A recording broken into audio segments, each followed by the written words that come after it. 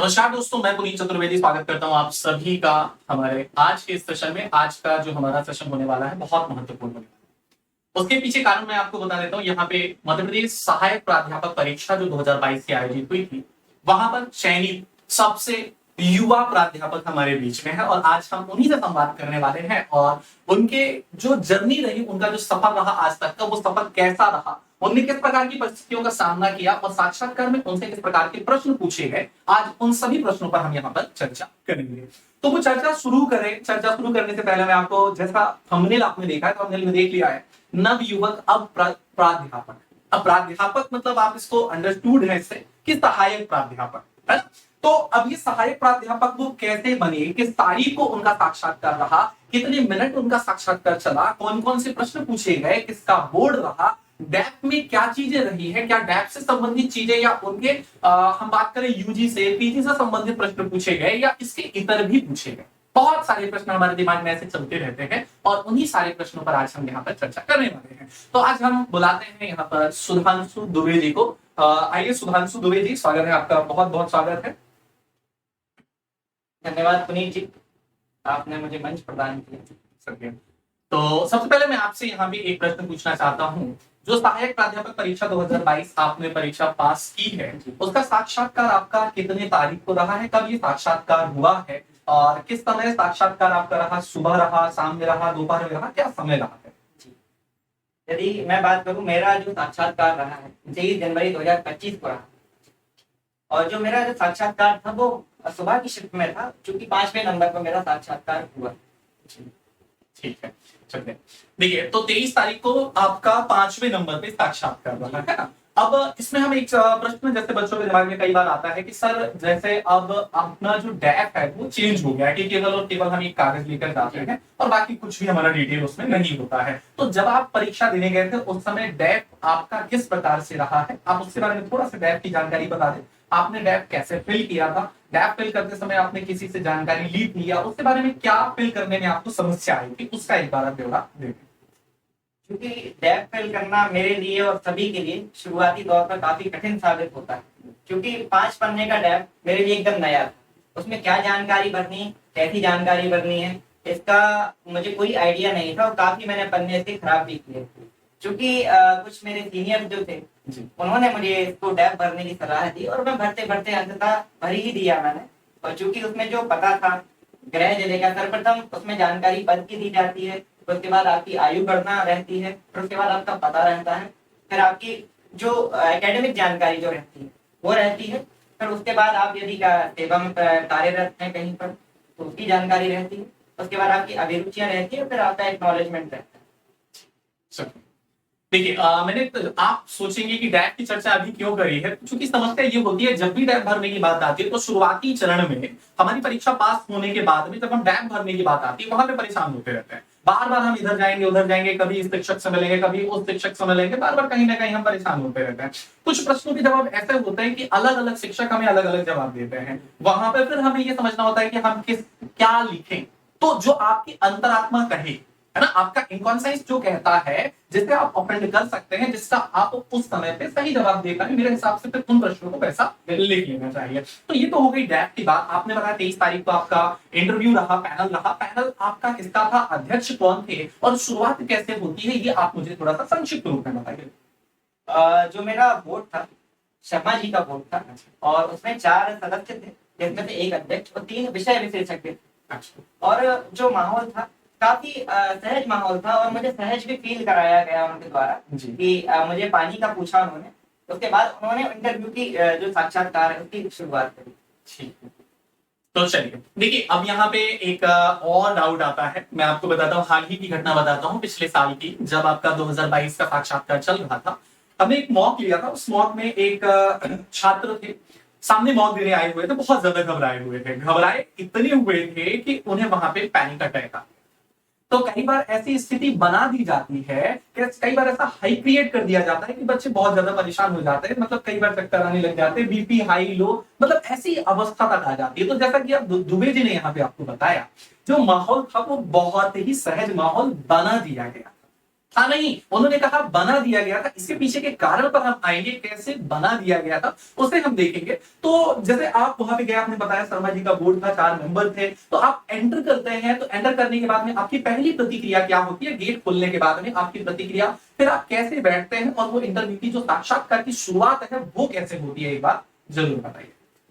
सर्वप्रथम मैं बात करूं, मैं बाहर बैठा था। जो बाहर जो गेट कीपर जो रहते हैं उनके द्वारा मुझे अंदर भेजा गया। जी। गेट भी मैंने नहीं खोला था। मैंने अंदर जाते ही वहां पर सभी को अभिवादन किया। मैंने पूछा बैठने के लिए, तो उसके बाद बोलते हैं, वो काफी सहज महसूस कराते हैं, बोलते हैं यार छोड़ो यार ये सब, क्या है, बैठो तुम तो। जी। लेकिन फिर भी मैंने धन्यवाद कह के मैं बैठा हूँ। जी। फिर उसके बाद क्या हुआ? उसके बाद उन्होंने मुझसे पूछा कि दुबे जी, सुधांशु जी, आप कुछ डरे हुए लग रहे हैं, आप जल पीजिएगा। मैं कहा नहीं सर धन्यवाद, मैं पूर्णतः सहज हूँ, मैं बाहर पी कर आ रहा हूँ। जी। तो चलिए, फिर उन्होंने बोलते हैं कि चलिए शुरुआत करते हैं। फिर उसके बाद उन्होंने मेरा रोल नंबर पूछा, फिर वहां से साक्षात्कार की शुरुआत। अच्छा ठीक है, साक्षात्कार की जैसे ही शुरुआत हो जाती है, रोल नंबर पूछते हैं। पहली शुरुआत आपकी होती है रोल नंबर से। रोल नंबर आपको याद रहा होगा, आपने रोल नंबर बिल्कुल बता दिया। उसके बाद अगला प्रश्न क्या आता है? उसके बाद सीधा अगला प्रश्न उन्होंने मुझसे ये पूछा कि आपने बीएससी की हुई है और वो भी गणित से, तो आप गणित में समूह क्या होते हैं, आप उनकी मुझे जानकारी दीजिए। धन्यवाद। तो देखिए, मतलब अब यहाँ पे बात ये आती है कि सबसे पहला क्वेश्चन जो आपका रोल नंबर का था, रोल नंबर के बाद में आपने जिससे यूजी किया है ना, तो यूजी से पहला प्रश्न बन गया। यूजी मतलब आपने गणित से कर रखा था, तो गणित में आपसे ग्रुप्स पूछ लिया, समूह पूछ लिया, तो समूह का उत्तर आपने दिया क्या? नहीं, मैंने उनसे क्षमा मांगी, क्योंकि जो मेरा बीएससी जो रहा था ग्रेजुएशन, वो जी। कोरोना काल में हुआ था, जिस वजह से जो मेरा कॉलेज जाना हो नहीं पाया।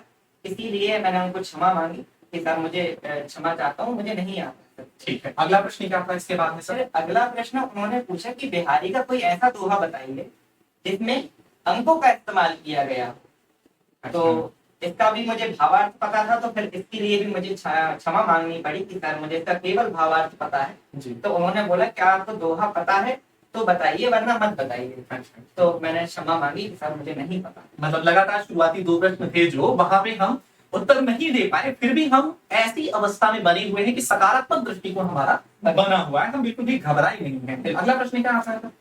फिर अगला प्रश्न उन्होंने मुझसे पूछा कि आप रायसेन से हैं। चलो, तो रायसेन से ही पूछ लिया जाए, 2 प्रश्न तो आपने बताए नहीं। ठीक है, तो उन्होंने मेरे से पूछा कि वहाँ की जो किला है, रायसेन का जो किला है, जी। उसका निर्माण किस राजा ने करवाया। अच्छा। तो मैंने इसका जवाब दिया। फिर इसके बाद उन्होंने पूछा कि वहाँ की किस रानी ने जौहर किया था। अच्छा जी। बहुत बढ़िया, फिर आपने इसका उत्तर दिया? मुझे रानी का नाम मुझे नहीं पता था, तो मैंने इसके लिए भी उनसे क्षमा मांगी कि सर मुझे रानी का नाम नहीं पता है, बाकी इसका इतिहास आप कहें तो मैं बता सकता हूँ। जी जी जी। तो बोले चलिए इतिहास बता दीजिए। फिर उन्होंने मेरे से बोला ठीक ठीक है। तो फिर मैंने बताया कि सर 1543 में, क्षमा चाहता हूँ, इससे पहले एक प्रश्न पूछा था उन्होंने कि जौहर क्यों किया। अच्छा, जौहर क्यों किया था, ये प्रश्न था, इससे पूर्व पूछा गया प्रश्न ऐसा था। जी। उसके बाद मैंने जवाब दिया कि सर 1543 में यहाँ पर शेरशाह सूरी का आक्रमण हुआ था। हाँ। तब यहाँ के राजा पूरनमल जी। जिनकी छल द्वारा शेरशाह सूरी के द्वारा हत्या कर दी गई। हाँ। उसके बाद वहाँ की रानी ने जौहर किया। फिर इसके बाद उनसे लगा हुआ प्रश्न मुझसे ये पूछा गया कि इतिहास में किसका जौहर प्रसिद्ध है। फिर उसके बाद मैंने जवाब दिया कि रानी पद्मावती और रानी नागमती का। अच्छा, तो फिर उन्होंने मेरे से पूछा कि किस ग्रंथ में इसका उल्लेख मिलता है। तो मैंने उनको जवाब दिया सर पद्मावत में। फिर उसके बाद उन्होंने मेरे से अगला प्रश्न पूछा कि पद्मावत किसके द्वारा लिखी गई है।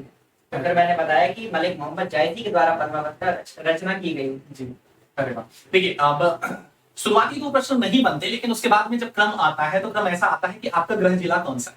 गृह जिला रायसेन से उठता है, रायसेन के किले का वर्णन आता है। अब सिलसिलेवार क्रम चलेगा, जैसा कि आपको हमेशा बताया जाता है। सिलसिलेवार कैसा कि आपने बताया रायसेन का किला, रायसेन के किले का निर्माण किसने कराया, फिर उसके बाद जौहर, फिर जौहर, मतलब इस प्रकार से लगी हुई जो चीजें होती हैं, कहा जाता है कि सराउंडिंग जितनी भी चीजें आती हैं उससे संबंधित सब कुछ आप पढ़कर जाइए, वही आपके साथ में लगातार होता आ रहा था। फिर इसके बाद में भी कोई प्रश्न कुछ पूछे गए थे क्या? जी बताएं। यदि मैं बात करूं कि इसके बाद उन्होंने मुझसे पूछा, अभिरुचियों से प्रश्न पूछे कि आप बताइए कि आपकी अभिरुचियों में व्यायाम लिखा हुआ है। अच्छा। क्योंकि मैंने 2 अभिरुचियां मेरी जो स्वाभाविक थी, मैंने उसको लिखा था, एक तो भजन गायन और दूसरा व्यायाम। उन्होंने मेरे से पूछा कि एक स्वस्थ व्यक्ति को कितना व्यायाम करना चाहिए। तो मैंने इसका उत्तर दिया कि सर ये तो व्यक्तिगत क्षमताओं पर आधारित है कि कोई स्वस्थ व्यक्ति है तो वो ज्यादा व्यायाम कर सकता है या कोई बीमार है तो वो कम कर सकता है। लेकिन उन्होंने क्रॉस क्वेश्चन किया कि नहीं, कोई आयुर्वेद में इसका वर्णन है कि कितने मिनट तक एक स्वस्थ सभी व्यक्तियों को, स्वस्थ हो, निरोगी हो या रोगी हो, सबको व्यायाम करना ही चाहिए। जी जी। तो फिर मैंने इसके लिए भी क्षमा मांगी। सर मैं क्षमा चाहता हूँ, मुझे इस विषय की जानकारी नहीं है, लेकिन मैं अर्जित करूंगा। फिर इसके बाद में क्या होता है? इसके बाद में फिर सब्जेक्ट एक्सपर्ट पे बात आ जाता है। अच्छा, अब दूसरे का ठीक है, दूसरे तो उन्होंने मेरे से पूछा प्रश्न कि हजारी प्रसाद द्विवेदी का हिंदी साहित्य में क्या योगदान है।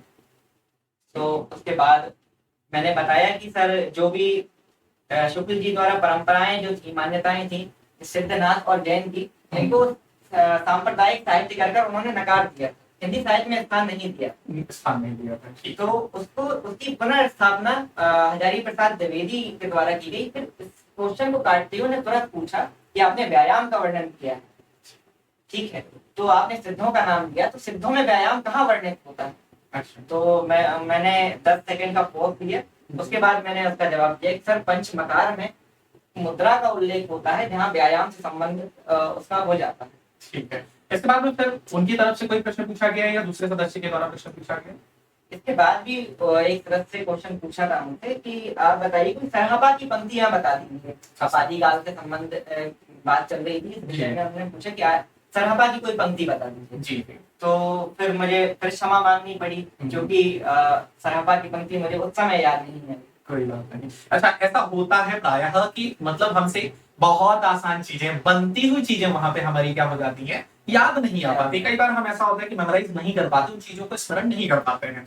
उससे आपको परेशान नहीं होना है, बस जितना ज्यादा हो सके खुद को शांत रखना है। और अगर आप शांत रखेंगे तो हो सकता है कि भूली हुई चीजें भी आपको याद आने लग जाएं। जैसा कि आपने दुबे जी का देखा, जो आपका एक्सपीरियंस रहा कि शुरुआती 2 प्रश्न गलत होते हैं, उसके बाद बीच में भी कई बार आपने माफी मांगी है ना? मतलब कई बार यहाँ पे हमारी ऐसी होती है कि चीजें भूल रही हैं, लेकिन आपने अपना आपा बनाए रखा, अपना जो दृढ़ विश्वास है वो विश्वास कायम रखा, और इसीलिए देखिए आगे लगातार इनसे और भी कठिन प्रश्न पूछे जाएंगे और जिसका उत्तर इन्होंने लगातार बार बार देते रहे हैं। अगला जो प्रश्न रहा, या उन्हीं सदस्यों के द्वारा पूछा गया या कोई अन्य सदस्य भी प्रश्न पूछे? अन्य सदस्यों की बात करें तो अन्य सदस्य ने मेरे से एक क्वेश्चन ये पूछा कि मैं अपभ्रंश का एक दोहा पढ़ रहा हूँ जी, इसी से रिलेटेड कबीर ने संबंधित इसी तरीके से एक दोहा कबीर ने लिखा हुआ है सदोकड़ी में। तो आप क्या वो दोहा याद कर पा रहे हैं या आपने पढ़ा है? तो मैंने क्षमा मांगी, सर मुझे नहीं पता है, सर मैं जानकारी नहीं है मुझे। ठीक है, वो उन्होंने एक हिंट दिया कि चलो मैं पढ़ता हूँ अपभ्रंश का वो सरापा का दोहा, आप उसका अर्थ बता दीजिए या फिर दोहा याद आए तो बताइए। तो उन्होंने बोला और पुनः मैंने क्षमा मांगी कि सर क्षमा चाहता हूँ। फिर उसके बाद उन्होंने कुछ अलंकारों से क्वेश्चन पूछे, उपमा रूपक और प्रेक्षा में अंतर बता दीजिए उदाहरण से। तो वो मैंने बता दिया उनको। बहुत बढ़िया। मतलब एक प्रकार से अगर देखा जाए तो इंटरव्यू आपका थोड़ा सा लंबा खींचा है ना, क्योंकि लगातार इतने सारे प्रश्न, कई बार माफी मांगना, फिर इसके बाद में उपमा रूपक उत्प्रेक्षा, तीनों की परिभाषा, उदाहरण, तीनों में अंतर, ये भी आपने बताया। इसके बाद में कोई अन्य मेंबर भी, कोई अन्य सदस्य भी आपसे प्रश्न पूछ रहे हैं? एक मैम भी सदस्य में सब्जेक्ट एक्सपर्ट। अच्छा। उन्होंने मुझसे पूछा कि निराला की कोई पंक्ति बता दीजिए आप जिसमें जो राष्ट्रभक्ति से संबंधित। अच्छा। तो मैंने पुनः क्षमा मांगी कि क्षमा चाहता हूँ मैम, मुझे पंक्तियां इस समय बिल्कुल भी याद नहीं आ रही। तो उसके बाद उन्होंने पंक्ति बोली, हिमाद्री तुंग श्रृंग से प्रबुद्ध शुद्ध भारती, और मेरे मुंह से अगली पंक्ति निकल गई। तो मैंने क्षमा मान के आज्ञा दी कि मैम क्या मैं इसे पूरा कर सकता हूँ? तो उन्होंने ठीक। फिर उनके बाद तुरंत क्वेश्चन उन्होंने ये पूछा कि ये पंक्ति किसकी है? तो मैंने जवाब दिया जयशंकर प्रसाद की। तो उन्होंने ये इसका मुस्कुरा के जवाब दिया, यही मैं सुनना चाह रही थी। और उसके बाद उन्होंने ये पूछा कि कौन गाता है, वो किस नाटक से है? तो मैंने बताया कि अलका गाती है और चंद्रगुप्त नाटक से है। फिर उन्होंने पूछा किसने लिखा है? मैंने बोला कि जयशंकर प्रसाद ने। फिर उसके बाद उन्होंने मुझसे प्रश्न पूछे कि आपके पाठ्यक्रम में आत्मजयी रचना कुंवर नारायण की लगी हुई है, उसके विषय में आप बताइए। फिर उसके विषय में मैंने जानकारी दी। फिर उसके बाद एक और प्रश्न उन्होंने मुझसे पूछा कि हिंदी की प्रथम आत्मकथा कौन थी? तो चूंकि जो प्रश्न था मुझे थोड़ा सा समझ में नहीं आया, तो मैंने उनसे पुनः पूछा कि मैम खड़ी बोली की या फिर हिंदी की? तो उन्होंने बोला खड़ी बोली, हिंदी की नॉर्मल बता दीजिए। तो मैंने उनको बताया कि जो थी उसके बाद उन्होंने पूछी नहीं ये नहीं है, फिर मैंने उनको बताया कि बनारसी दास की जो कथा अर्थ कथा ना करके आत्मकथा, वो खड़ी बोली कि नहीं है, वो ब्रज की आत्मकथा है जी। तो बोलिए ठीक है। तो उसके बाद शर्मा जी पे उन्होंने बात आती है, अध्यक्ष पे, अच्छा अध्यक्ष जी पे बात आती है, क्योंकि मेरा जो पता है टैब में अच्छा शिवाजी नगर करके मेरी कॉलोनी का नाम है, जी। फिर उन्होंने शिवाजी प्रश्न करा। अच्छा, अब देखिए कितना एक छोटा सा मुद्दा आपको समझ में आएगा कि आपका जो एड्रेस लिखा हुआ है, कई बार एड्रेस ही ऐसा हो सकता है कि जहाँ पे लिख दिया लक्ष्मीबाई नगर, है ना, या ये मंदिर, तो देवी के नाम का कई बार होता है, कई बार रोड का नाम होता है। तो आपके यहाँ पे जैसे छत्रपति शिवाजी महाराज जी की बात की गई, तो उनके बारे में उन्होंने वहां से प्रश्न कर दिया, तो आपसे क्या उत्तर दिया आपने फिर उसका? मैंने उनको बताया शिवाजी के विषय में, लेकिन मैं एक प्रश्न तैयार करके गया था, तो हिंदी भी स्वराज मुझे बोलना है यदि मैं से ऐसा प्रश्न पूछा जाए, तो मैंने हिंदी भी स्वराज की जानकारी दी। फिर उसके पश्चात उन्होंने बोला ठीक है, तो इनकी कोई दरबारी कवि का नाम बता दीजिए। अच्छा, तो मैंने बताया कि इनका भूषण इनके दरबार में लेंगे। फिर उसके बाद उन्होंने भूषण की रचना पूछी, जी, तो पुनः मैंने क्षमा मांगा क्योंकि मुझे उस समय तक रचना नहीं याद आ पा रही कोई थी। बात नहीं, जी, जी, और उसके बाद उन्होंने एक दोहा पूछा कि बिहारी का कोई दोहा बता दीजिए जो प्रकृति और वीर रस से संबंधित है। अच्छा, तो इसकी भी मैंने क्षमा मांगी, पर उन्होंने बोला कि ठीक है सुधांशु जी, आपका इंटरव्यू हो गया, आप जा सकते हैं। अरे वाह, तो चलिए धन्यवाद। देखिए सुधांशु जी ने बहुत सारी जगह पर सहजता दिखाई और अपना जो आत्मविश्वास है वो बनाए रखा था। मतलब कहीं भी ऐसा नहीं लगेगा कि वो ऐसा डर गए या बिल्कुल घबरा गए, ऐसी कोई स्थिति नहीं आ पड़ी, है ना। और इसी कारण से लगातार जो भी प्रश्न आपसे पूछे गए, आपने उनका सहजता से उत्तर दिया। जो उस समय याद नहीं आ पाए, हो सकता है आपने उनका उत्तर नहीं दिया। अब आपको लगेगा कि सर ऐसा हो नहीं सकता कि हम भूषण का उत्तर ना जाने, है ना, कि भूषण की रचनाएं ना बता पाएंगे, छोटी छोटी चीजों, मतलब, लेकिन होता ऐसा है कि जब आप साक्षात्कार देने बैठे होते हैं, उस समय का जो प्रेशर होता है, जो दबाव होता है, उसी को बस हमें सहन करना होता है। तो छोटी मोटी चीजें, थोड़ी बहुत चीजें कभी ऊपर नीचे हो जाती है, कभी कभार भूल ही जाती है, कोई बड़ी बात नहीं है। मैं बस एक लास्ट प्रश्न आपसे पूछना चाहूंगा, आपके जो मार्क्स थे वो मार्क्स कितने मिले थे इंटरव्यू में? सर मेरे जो मार्क्स थे जी, 68 अंक मुझे मिले। अरे 100 में से। अच्छा, बहुत बढ़िया, बहुत बढ़िया। देखिए ऐसा, मतलब अगर देखा जाए 100 में से 68 मार्क्स, 68 नंबर कम नहीं होते, बहुत ज्यादा नंबर है। और अभी अभी हम बात कर रहे हैं नव युवक, मतलब उम्र की। अगर हम एक छोटा सा प्रश्न अगर पूछना चाहूं, आप अगर उत्तर देना चाहें, सहज हो तो दे सकते हैं। तो आपकी उम्र क्या है, बस हम इतना जानना चाहते हैं। अगर आप सहज हो तभी आप दें इसका उत्तर, कोई जरूरी नहीं है। हालांकि ये प्रश्न हमेशा ऐसा कहा जाता है कि स्त्रियों से कभी उनकी उम्र और पुरुषों से कभी उनका वेतन नहीं पूछा जाना चाहिए, परंतु मैं उल्टा पूछ रहा हूं। अगर आप बताने में सहज हैं तो आप दे सकते हैं उत्तर। सर वर्तमान में मैं दिसंबर में 24 साल का पूर्ण हो जाऊंगा। क्या बात है। और मेरी जो डैप में एज लिखी हुई थी 21 साल 17 दिन। बहुत बढ़िया, बहुत शानदार, बहुत उम्दा, बहुत बहुत बधाइयां। इसे कहते हैं जज्बा, इसे कहते हैं नवयुवक सहायक प्राध्यापक। मतलब मुझे नहीं लगता है कि आपके बीच में कोई ऐसे होंगे नवयुवक सहायक प्राध्यापक। उम्र देखिए, जब डैप की उम्र देखेंगे आप, 21 साल मात्र उम्र थी। हालांकि अब चयन होते होते आपको पता है कि वो 24, 23, 25 हो जाती है, वो एक अलग बात है। लेकिन जब आप साक्षात्कार दे रहे थे, डैप आपका जब उस समय गया था, उस समय की उम्र 21 वर्ष थी। तो अगर आप इतने कम समय में कर सकते हैं, तो सोचिए हर कोई कुछ भी कर सकता है। परंतु बस, मतलब आप कहेंगे कि हर अंतिम प्रश्न के बाद आप कहते हैं अंतिम प्रश्न, एक बस ये पूछना चाहता हूं कि आपका ऐसा क्या मोटिवेशन आपको मिला? क्योंकि मैं इतना जानता हूं किसी भी कार्य को करने के पीछे मोटिवेशन होता है। मोटिवेशन किसी भी रूप में हो सकता है ना। मोटिवेशन का रूप ऐसा कोई निर्धारित नहीं है कि वो किस रूप में होगा। या तो धन हो सकता है ना, या तो यश हो सकता है, या कोई और अन्य माध्यम हो सकते हैं। तो आपका ऐसा क्या मोटिवेशन था कि 21 वर्ष में ही आप सहायक प्राध्यापक बन गए? सर मैं यदि मोटिवेशन की बात करूं तो मुझे मेरे जो प्राध्यापक थे उनसे काफी मोटिवेशन मिला जब उन्होंने मुझे हिंदी साहित्य पढ़ाया, क्योंकि मेरा पृष्ठभूमि हिंदी साहित्य की नहीं। उन्होंने हिंदी साहित्य पढ़ाया तो मुझे इसमें आनंद आने लगा। और सही बात बताऊं तो क्रम भी मेरा एमए का जो रहा, एमए के 4th सेमेस्टर में मेरा जेआरएफ क्लियर हुआ। फिर उसके बाद ही असिस्टेंट प्रोफेसर के फॉर्म आए। फिर उसके बाद मैं लगातार उसकी तैयारी करने लग गया और मैं एमए के बाद ही इसका साक्षात्कार मैंने दिया और मैं चयनित हो गया। अरे बहुत बढ़िया। मतलब सबसे बड़ी बात यह है कि गुरु है ना। गुरु आपको कैसे मिलते हैं शिक्षा के क्षेत्र में, गुरु का विशेष महत्व है कि गुरु अगर आपको अच्छे मिल गए तो आप ये समझिए कि कठिन से कठिन विषय को भी वो इतना आसान और इतना सहज बना देते हैं कि हमें उसमें अचानक अपने आप रुचि बन जाती है। साथ ही साथ आप जीआरएफ भी थे, इसके अलावा आपकी पीएचडी भी चल रही है, असिस्टेंट प्रोफेसर भी आप बन चुके हैं। आगामी एक और प्रश्न है कि आपका अब अगला उद्देश्य क्या है, क्योंकि इतनी कम उम्र में आप सहायक प्राध्यापक बन चुके हैं, क्या अभी आगे आप पढ़ाई करेंगे या क्या आपका कुछ उद्देश्य है ऐसा?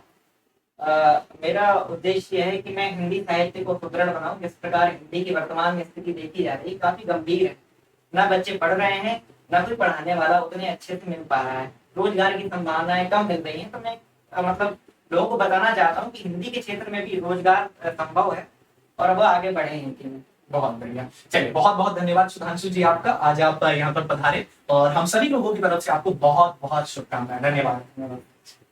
तो देखिए ये थे हमारे बीच में सुधांशु दुबे जी, और आपने इनकी पूरी की पूरी जो साक्षात्कार की जर्नी थी वो देख ली है, किस प्रकार से इनके क्या उद्देश्य रहे हैं, आगामी क्या इनके उद्देश्य होने वाले हैं। तो हम चाहें तो हम भी कुछ ऐसा कर सकते हैं जो समाज में एक प्रेरणा स्रोत के रूप में आगे आ सकता है। ठीक है, तो चलिए आज के इस सेशन को फिलहाल हम यहीं पर समाप्त करते हैं। अगर आपकी कोई क्वेरी है, कोई भी क्वेरी है, कोई भी प्रश्न है, कोई भी डाउट है, तो वो आप लोग कमेंट बॉक्स में जरूर लिखिएगा। ठीक है, मिलते हैं आपसे नेक्स्ट सेशन में, अगले सेशन में। तब तक के लिए धन्यवाद। जय हिंद, जय भारत। Thank you.